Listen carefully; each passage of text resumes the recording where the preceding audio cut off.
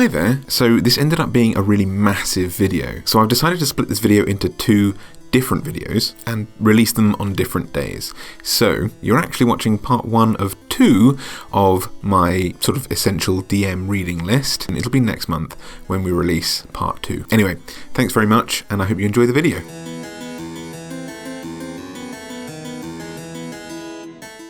Hello, and welcome back to the Arcane Forge. Today, I want to talk about books. I'm sure I'm not alone in my bookshelf becoming absolutely littered, weighed down, buckling by the weight of how many books there are for D&D. If you collect various editions, or you collect various different RPGs, it can feel like this is a never-ending quest. You've got to catch them all, so to speak.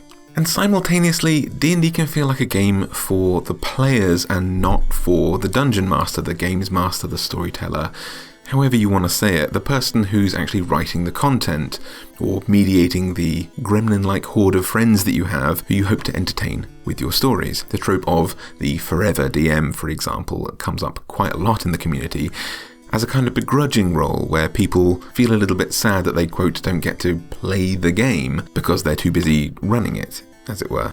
That feels a little bit sad to me, especially as someone who really relishes and enjoys the role of being the DM.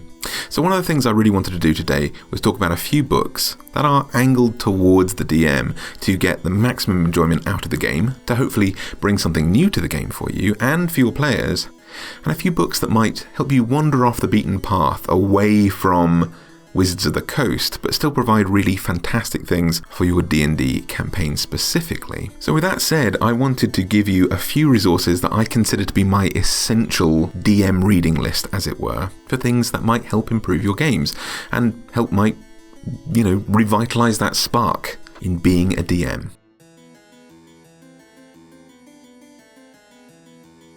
There are loads of existing books already that bring you amazing, wonderful magic items, terrible monsters, and all of that stuff that you'd conventionally find in a book designed for DMs. But specifically today, I want to talk about books that I think help you enhance your games and enhance your stories in slightly less conventional ways.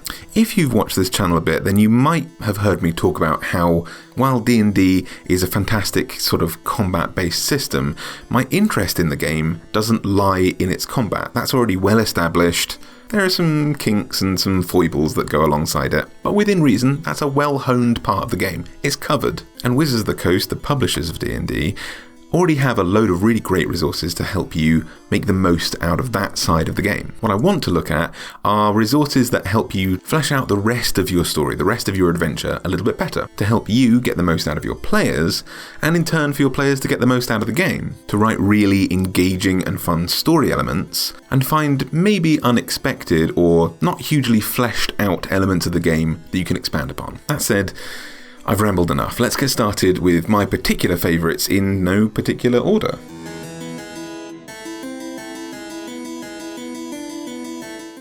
Now, the books that inspired this whole list altogether, the ones that sort of came out of left field for me, they were given to me as gifts, the reason why I want to talk about this whole topic in the first place, are the Madeline Hale collection. These three right here. Now, Madeline Hale is an illustrator, an author, and more, who has made these 3 books. There might be more at the time of writing this video, but while I was writing the script of this, these are the 3 that I have, and they are truthfully essential to me. This collection consists of Tables and Fables 2, and Arcane Artifacts and Curious Curios, brilliantly named already. While having 3 books to start off with may seem like a bit of a cheat, if I had to narrow it down to just one, I would say Tables and Fables is the absolute essential, although all 3 are really useful. I have at least this book, but usually all 3, sitting next to me whenever I'm writing campaigns, whenever I'm doing DM notes between sessions, and in fact sitting behind my DM screen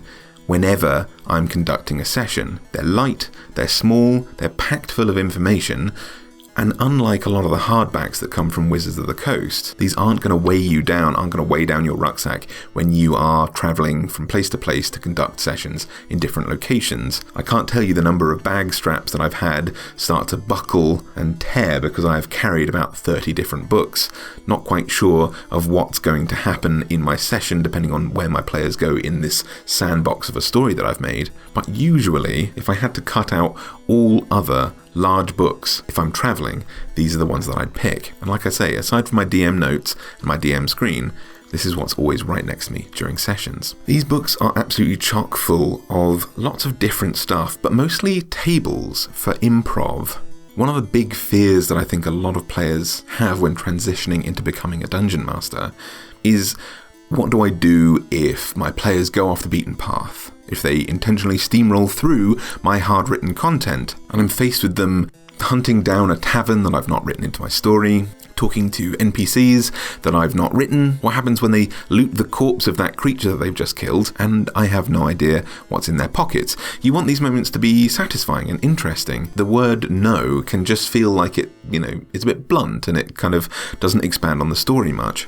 These books contain a lot of really fascinating things that even you as a DM might not expect to put into your games, might not think about much, but can really add some flavour to everyday encounters. And indeed, if you're writing NPCs and actually thinking through this process and have access to all these tables, they can help you flesh out NPCs and dungeons and things in a really intricate and sort of interesting way.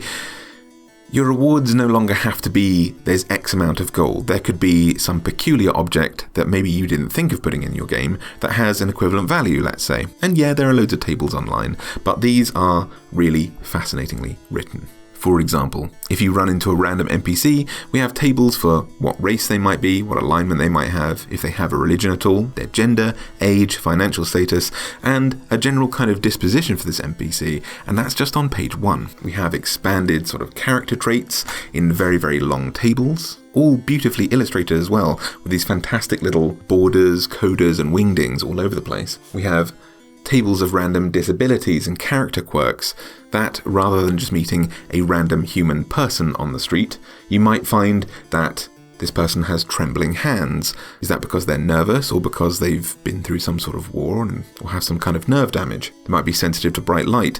That's not exclusive to the drow in your party. They might be allergic to certain metals or have insomnia. All things that might help your players come up with a more interesting way of circumventing an encounter rather than rolling to charm this person or deceive this person. They might try and exploit some of these things, or it might just simply be additional flavour when talking to a character. We have tables for their appearance, scars, tattoos, their nose, their build, their hair colour, how they like to dress. It doesn't necessarily tell you what they're wearing, but knowing that someone is extravagantly dressed tells you a lot about that person, especially if they're in an environment that you might not expect to see them in. We have mundane and magical treasures that you can find in here whenever someone is rolling investigation and you've not planned necessarily what's in a chest or in a pocket or something along those lines. And they're really wonderfully described. For example, rather than finding a gem worth 2 to 5 gold, something like that, you might instead find a pair of fur-lined boots embroidered with colourful designs, a mirrored scroll case, an ebony and white feather fan, a few white lilies made from silk, and nearly 100 more. There are magic items, which, rather than kind of being more rules-as-written magic items, they are flavour text for what these things might do and how they might behave. That's up to you as the DM to describe exactly how they operate. I love things like that. I'm not a huge fan of rules as written because you sometimes get bogged down in the issues that might arise in the misuse of an item, which is fine, and I know some players need that. If you're writing a more narrative campaign, you might not need that. For example, finding a small round mirror that, as long as the player carries this mirror on their person, they don't necessarily have to be looking at it, they will always know what lies behind them, is an interesting bit of flavour text. You may want to make that an item that they have to activate or they have to look at. Maybe they have to be touching it, who knows, but they also don't have to. There are numerous interesting books, potions, poisons, and lists of what potions might taste like, for example, to add an extra bit of description into your games. Rather than the health potion simply restoring your health in a very mechanical way, it might taste like a mixture of strawberries and pineapple and burnt acrid bread. They have effects and side effects that you might want to add that could just be simply additional flavour text, but there are also tables for what these potion bottles might look like, whether they're labelled and how degraded those labels might look. Things that really help you to entrench your players in the world rather than in the mechanics of the game. We have menus for food, in case you're bored of saying that there's stale bread and soup on the menu in your local taverns. Speaking of which, there are tavern names. There are various effects and curses and diseases, ideas for encounters and downtime and dreams in here when your players take a long rest. That might be an opportunity for you to tell them something about their upcoming encounter. These dreams are a 50-50 between nightmares and pleasant dreams, and while you're rolling quietly on your little table, the fact that you've taken the time to tell a player about a dream will cause them to obsess over what it might mean for their future. A fantastic tactic for DMs. For example, rolling a 37 says, "You are surrounded by cardinals that land on your shoulders and head, all singing in unison." What does that mean? Is that how your spell slots return to you? Is that a vision of the Feywilds? Are the cardinals actually little dragons and you're about to come up against Bahamut? Is your player now terrified? Or are they happy? This could mean so much for you, or it could mean nothing at all, but it helps to enhance these moments that aren't combat driven and help you describe more intricately what's going on in the world and keep your players invested in it, tangibly in the world. I just wanted to take a few seconds to talk about my Patreon and to ask for your help in supporting the channel. Not necessarily in a Patreon capacity, and I will be as brief as I possibly can be with this. We're a very small channel, and a huge amount of effort goes into the video that you're watching and all the other videos that I make. It's not just things like set dressing and talking to a camera, there's also script writing, research, the illustrations that I do on most of my videos, the time it takes to film and edit the audio and the video and all this kind of stuff. It's a massive endeavour. So if you're enjoying what you're watching, I would love it if you'd leave it a like down below so YouTube knows if I'm doing a good job. Perhaps take the time to comment as well, and ideally spread the word about the channel because that would really help us to grow. But if you want to go even further than that, we have a Patreon where you can help to actually fund the creation of these videos. I work the equivalent hours of a full-time job on this, and I would really appreciate your support. And whether that's just like a little tip and a hi to say thanks, or the price of a cup of tea once a month, all the way up to the latest Patreon tier is that you can purchase basically a video to be made on a topic that you choose. So yeah, that's out there and that's available. So thank you so much if you choose to do anything like that. It's not required, but I really appreciate it. So thank you so much, and I'll let you get back to the video. Cheers. Bye. Tables and Fables 2 has much of the same sort of stuff, but it's more of a world builder's handbook, as it says on the title here, to help you design your campaign worlds and what's going on in the day-to-day of your world as a DM. There's a table of sample quests that if your players are not interested in what you've written and go off to the tavern in search of adventure, they might find these things on a quest board, for example, or might help you just write quests yourself. If you're not interested in any of those, or if you are interested in them as a kind of starting block for building an encounter, there are things like conditions, like a time limit. Maybe they're not allowed to use lethal means to complete their quest. Maybe they'll become betrayed at some point. There are motives for villains behind these quests. Various rewards in different tiers. I'm sure we have all encountered the issues of what on earth do we do during travel? Do we just say it takes X number of days for you to arrive where you're supposed to be at your destination? What occurs during that time? Well, this helps you describe what the roads are like that you're travelling on, whether you go through the wilderness, what sort of creatures you might encounter on that journey, and why they're actually there, what their motivations are for being in your path. You might find an interesting tomb. The entrance to a family tomb is set in the side of a hill. The doorway is carved with the family crest and faces, presumably the faces of those who rest inside. A locked iron gate protects the stone door from thieves and vandals. Or you might come across a bioluminescent lake. During the day this lake looks like any other, but at night, however, the water is perfused with a gentle aquamarine light. It's caused by bioluminescent algae that floats in the water, but local legend says that the unearthly glow is a gift from the gods. This could start a whole adventure, or it could just be interesting flavour text for when you take a rest. There are examples for foraging, what you might find in terms of food, the quality of water, what animals you might find there, easily identified plants, things that will make people with a herbalism kit or your druid extremely happy. So much use and versatility even outside of a survival-based campaign. There are types of buildings, ship interiors, what the decor of something might look like if you've not planned it. Even more rules for NPCs, enemy encounters, and quick, notable features that might help you identify certain creatures between a group of them. Are you tired of saying there are 3 orcs? Well, maybe there are 3 different orcs, one with a bad sunburn, one who's extremely attractive, and one with a missing finger, let's say, all of which will help you pick out which one your players are attacking or who's doing what action, rather than just saying it's orc number 1, this one over here, that kind of thing. There's lots of loot, treasure, things that you might find in pockets, magical weapons and armors, loads of great ways of describing and building dungeons, including unpredictable events that you might not think to pepper into your campaigns. For example, if you're wandering down a dungeon corridor and you come across an encounter with a wounded hag surrounded by monsters, are the monsters her allies or her enemies? And what will the hag do for you if you manage to help her? Or maybe this was a ploy all along. She wanted those monsters. She was luring them in to a false sense of security, and you've now defeated them and she's angry. All of this spices up your dungeons in a magnificent way. There are shop generators and town generators and all sorts of things in here that include things like history and backstories, like why does the outside of a shop look like the bottom few bricks are darker than the others? Maybe there was a flood through this town at one point and you can still smell the potions that flooded through the water from the wizard's tower up on the hill.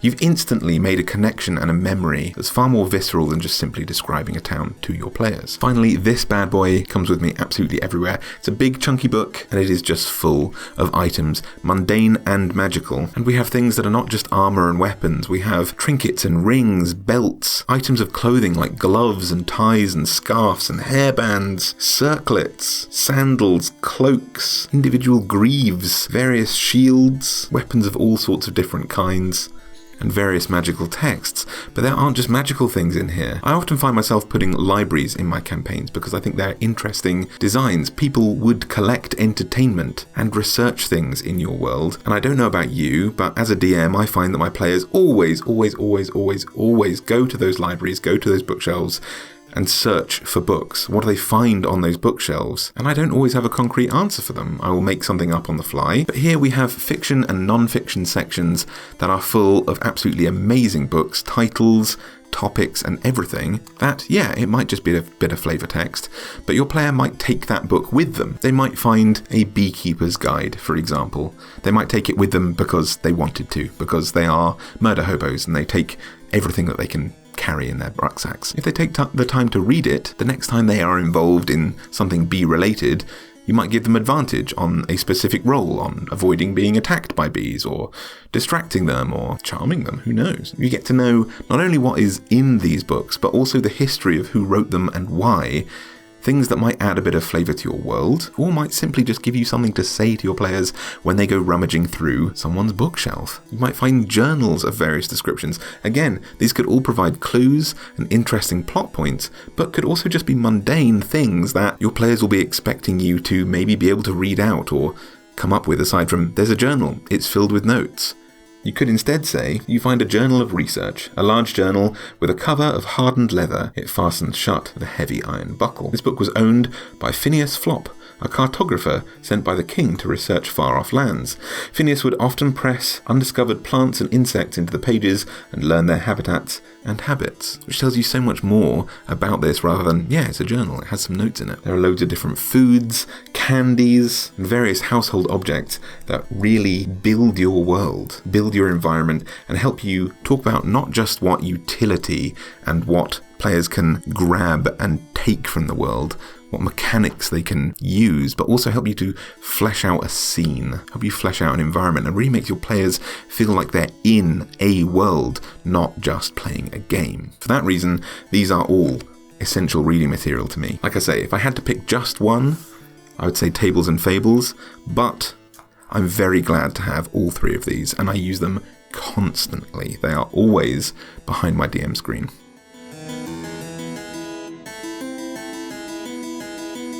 Next up, we have this particular book, The Ultimate RPG Character Backstory Guide, Prompts and Activities to Create the Most Interesting Story for Your Character. Now, this book holds special significance for me because I managed to pick it up when I was on honeymoon in Portland, Oregon, in their absolutely massive, colossal bookstore, Powell's City of Books, which, by the way, sounds like it should totally be a thing in D&D. But, as well as just being interesting reading and a nice moment for me to remember, this book has provided countless fantastic moments for my players, interesting story and downtime activities for me as a DM, and has helped to make my players actually build characters that they really enjoy, that have some weight behind them rather than just being a concept, like a barbarian who's a vampire, or whatever, you know? More than just what they can get out of the game, who are their characters, and what do they do when they're not just punching things in the face. Now, the title of this book will definitely make you think this is for players, especially with a subheading of prompts and activities to create the most interesting story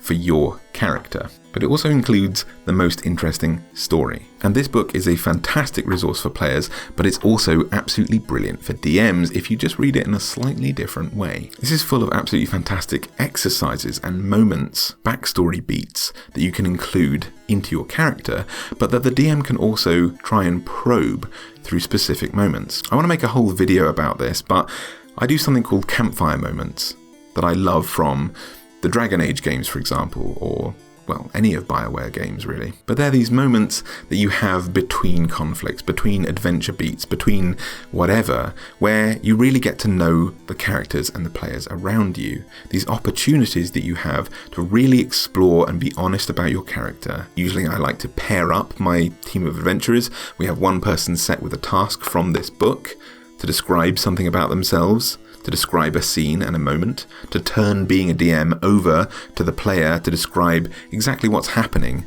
to set a scene for themselves. And then somebody else in the party gets to have a deep connection with that party member by perhaps wandering into this scene, already being present when it's taking place, and so on. There are various chapters, like What Gets Left Behind, which opens with, most people think of adventurers as being larger-than-life heroes.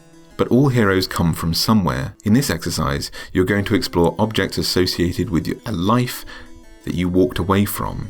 Choose details that help inspire your creativity and answer prompts to discover the building blocks of your past. Now, I would traditionally turn this over to the player, who might literally be sat at a campfire, but they might be in their room. They get to describe what their room looks like, what things are important to them. Maybe they're polishing an old ring that they no longer wear. And we get to hear for the first time the description that they have a tan line where a wedding ring might have been at one point. And we get to answer a former flame. Is there an object on your person that's related to a former passion? Was once something that moved you the way wealth, glory, or righteousness moves you now? Chapter 6 asks you to come up with 5 lessons. There are 5 lessons that your character learned growing up and in training that helped shape his or her or their identity as a hero, and we're given various prompts to find out what these lessons are. What mistakes have you made? What adventures are you remembering actively? What caused you to remember those things? Maybe you always sharpen your weapons between encounters because of that one time that you were adventuring with a friend and they got deeply hurt because you weren't able to land the killing blow on a monster because you had a dull sword, and the importance of preparedness became essential to you. Maybe that's why you're so strict about training and maintaining all of your armor and weapons and so on. And the rest of the players have found this quite an annoying feature of you that you're constantly bringing it up, but now we get to know why, and why that's so important to you. And it's a really good bonding experience between player characters. You can talk about your hometown, what sort of things were involved in it. Was it a metropolis, a town, a village, a tribe? And what's caused you to remember it? Maybe there's a specific kind of food or a perfume or an activity that you used to do, a game, whatever, that you are now eating, taking part in, performing, whatever, and it can help us understand your motivations as a character. Did the people of where you came from respect power, authority, cunning, nature, wealth, ambition, the divine, law, life, love, strength, wisdom, knowledge, skill, discovery, justice? Who knows? But these really help to shape your character specifically. And in the heat of combat, you might not get to talk about why your character behaves the way they do. So in these little campfire moments, you can sift through this book and give your players activities to really help flesh out who they are and why they're doing what they're doing, and reveal some secrets about themselves. Do you ever find that your player characters come up with these amazing backstories but never get to talk about them? Never get the opportunity to explore what that dark secret is, what they're hiding from the group? Break up your campaign into various moments with this book and let them talk about their backstories. They really want to, they're desperate to, and this is a great way of setting up moments for exactly that. Well, thank you so much for joining me for part 1, my essential DM reading list. I can't wait to share part 2 with you, which will be coming out next month, but I hope this has given you some stuff to think about and some books that you're fascinated with. And if there are any books that you think are essential DM reading material, make sure to leave them down below in the comment section, because you never know, they might feature next time, or they might give me something to make another video about later on. We can see how we match up and compare. And if you have some of the books that I've mentioned today, then maybe leave a comment down below and tell me what you think about them. I'd love to hear your thoughts. But anyway, thank you so much for joining me. I hope you have a wonderful, wonderful rest of your week. And until I speak to you next time, happy DMing, happy monster hunting, and happy D&D. Bye.